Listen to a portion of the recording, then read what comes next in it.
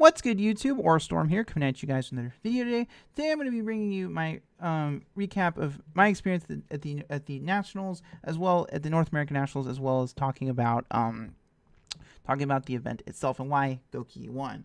So, anyways, the main thing I found fun about the Nationals, so we got there and I didn't do too well in my LCQs, unfortunately, and I got to the point where I was like, I didn't really want to like keep playing and keep wasting money because, you know, so I ended up just playing, you know, on the side more at certain points and just watching a lot of the games. I have to admit, while I don't know if it was worth the massive amount of money to go, but I do think that it's definitely something I would recommend just to go if you do have your invite next time, because it is an experience to see the stream live at the venue. So that's definitely neat. I also think that it was also kind of cool to see a lot of the YouTubers in person. Sam ran by us and kind of said hi, and went out of his way. He's pretty cool dude. Did talk to Trell and John a bit, and it's just neat to see these people in person. And overall, I think it was a pretty fun experience. The only thing I didn't like was the new time rules. They put the new time rules in the LCQs, and I really didn't understand why, because it says in their rules, it says it's not the rules for single elimination, correct? Like, you have the turns in single elimination. So I experienced them, and I wasn't a huge fan. I mean, it's not the most fun thing. It definitely encourages toxicity, but it did get the job done in terms of getting people out of there earlier. Instead of ending at 2 o'clock in the morning like we did during Zoo format, when my friends who were in the event, playing Billy and Mitch were in the event, we ended up leaving about 10 o'clock, and I think it was about 9 o'clock, and we got back to the hotel around 10-11. The point is that the event is not really like, the point is that it's getting the job done, whether we love it or hate it. It is accomplishing what we were trying to accomplish, which is, it's not really fair to judges or everyone else to have to stay that late for a few, and that's one of the things. They did move things a little bit faster, but I do think that I just don't like that they enforced those in the LCQs as well. It didn't make sense, especially when Konami has those rules. But anyways, we're going to talk about the deck that won and then kind of go briefly over the other ones. So Goukis won the entire event. The guy who won with Goukis, he's beating a Pendulum player, which is impressive to see Pendulum actually getting that far, proving that the deck can still be viable.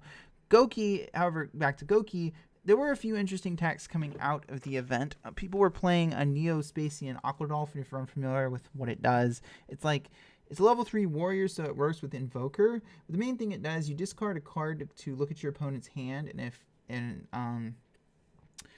you can discard a monster card that has less than, I think it's like 500 attack or whatever, and whatever the attack value is on the card, all hand traps have no attack, so it hits hand traps out of your opponent's hand. You can summon it with Isolde if you play another brick equip. And in the lists I didn't see anyone playing the third equip, so I'm guessing the assumption is you combo it with Junk Forward or Marauding Captain to knock a card out of your opponent's hand. So it's interesting, but I don't know how practical it is, because I definitely didn't see it in the guy who won. But it's neat to see little old cards like that see innovation in play, because I know the Ultimate Rares were bought out not too long ago. But nevertheless, Goukis are the main reason why I think Goukis have won, getting away from the tech cards, is we have Link Kuriboh.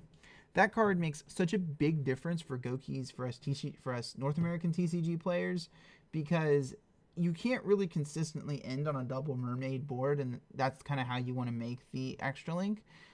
But Link Kuriboh makes it a lot more consistent to end on, and end on an extra link, and the deck can consistently do that. So most decks aren't playing, almost nothing is playing through an Ibli extra link board going second anyways.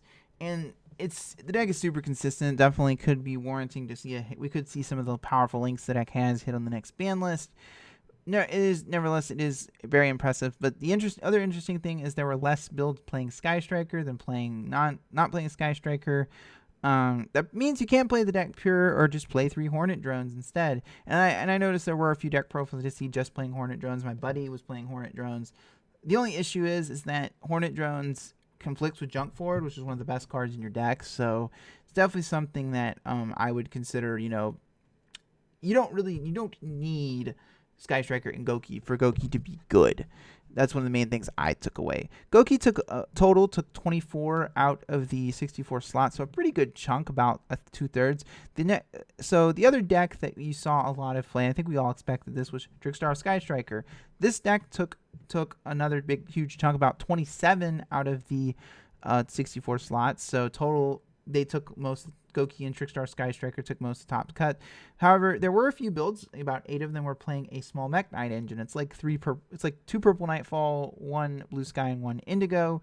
The main reason is we saw the Seco BA build top in the UK, so a lot of players put the Mech Knights in, basing it on the fact that you're going to see that deck, and the deck really has no ways to deal with Nat Beast. So that's kind of where the card comes in. The Mech Knights come in. It gives you a way to beat over your opponent's stuff. That's kind of it's a really neat little engine, and I'm not sure quite how practical it is, but it's definitely strong, if nothing else.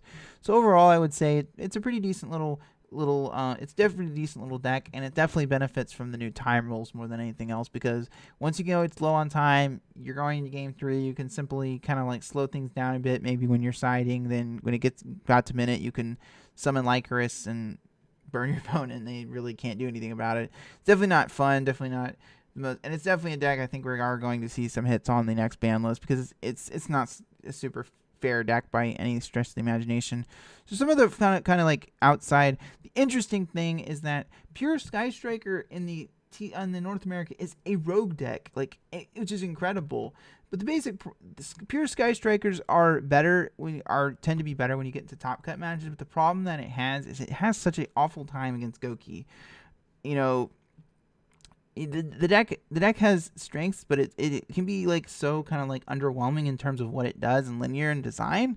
That tends to be an issue with the deck. And we don't have Needle Fiber yet, so the deck's consistent. The deck just can't have a win condition and a consistent OTK in the format. That's the problem, is that not having Needle Fiber makes those a lot less consistent.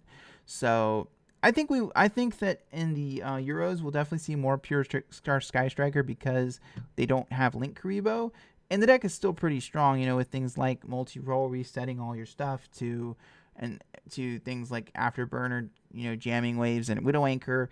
Pure build still has some pop, and I think Diablos is still a pretty powerful card and difficult for a lot of decks to deal with. But pure Sky Strikers took 2 slots. That's it. It's been almost relegated to a rogue deck, which is crazy. So anyways, for the other slots, we have a few Spiral builds that managed to snag a few spots in the top cut. 3 totals, 2 playing Sky Striker cards, 1 pure. I actually did the Spirals are still a pretty strong deck, simply because Unicorn fixed all the problems that Limiting Resort put on the deck. So that's definitely something that is interesting to see, that the deck is still able to thrive. But again, it has because of the limits on the ban list, it's just not as strong as Goukis, and there's so many more ways you can interrupt a Spiral player's combo now with only 1 resort. It will end the entire thing. So that's one thing I would say about Spiral, is while it is really strong, it's definitely not something that you're going to see. It's definitely not something that's as good as some of the better decks running around. I do think that the Sky Striker build has proven to be pretty good in the deck, simply because we have Link Karibo. It gives you something to do with that token from Hornet drones.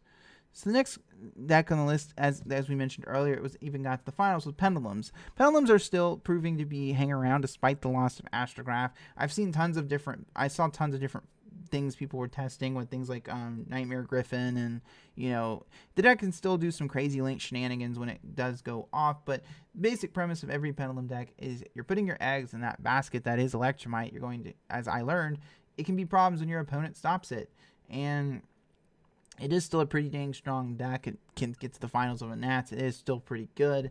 But I do think that going forward is definitely going to start to fall out of favor. But I do think it is a pretty strong little deck. Definitely something that I would keep and hang on to. So the next deck on the list is Altergeist, taking 2 slots. Altergeists are a good deck. They are super reactive, and they have a really good time against Goukis.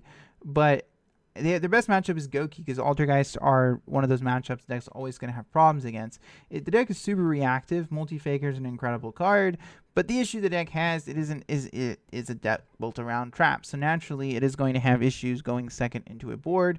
Things like Evenly Matched are a blowout against the deck. It's still a strong deck, but it definitely does have its problems. But snagging 2 slots out of a Nationals is still impressive for a deck that, that's a trap heavy deck in a year and age where formats are so fast. Then we have some of the other decks. We have one Mech Knight Invoke deck. Deck is kind of going to fall a little bit off the wayside, I think, without Morningstar. We could see the deck a little bit more once Morningstar comes out. We see more decks placed on the ban. Maybe some of the current decks hit. Remains to be seen. We will see. Another thing is Palio. Palio is a lot slower than Altergeist. Altergeists are much more reactive than Palios are. So, and the deck is just so much slower. But Masterpiece being gone definitely does help the deck. Dinosaurs are actually making the top cuts announced. It's incredible, but we all know how strong Ultimate Conductor Tyrano is. Tyrano don't care about your extra link. It'll play through. It forces out so many things and can clear boards on its own. And once you clear an entire link board, like Goukis are not going to be able to play into a Tyrano very effectively if timed correctly. So it's a really strong deck, still continues to be, and Tyrano will always be that card that just goes in and wrecks your entire board. And then the last deck is actually World Chalice. So World Chalice built, because it is a link deck, it benefits from the things Nightmares offer, but it still has that same problem that those other, because it's just simply not Goukis and simply requires more cards to do what that deck does. But it is still a really strong little deck, and I do think it's impressive for the deck to get as far as it has. So anyways, we're about to come to the end of the video today, guys. Let me know what you guys think of the North American WCQ. Let me know down in the comment section below, and stay tuned later this week. I will have my Zefra profile for you guys. Anyways, guys, as always, thank you guys for watching. So Orstorm signing out.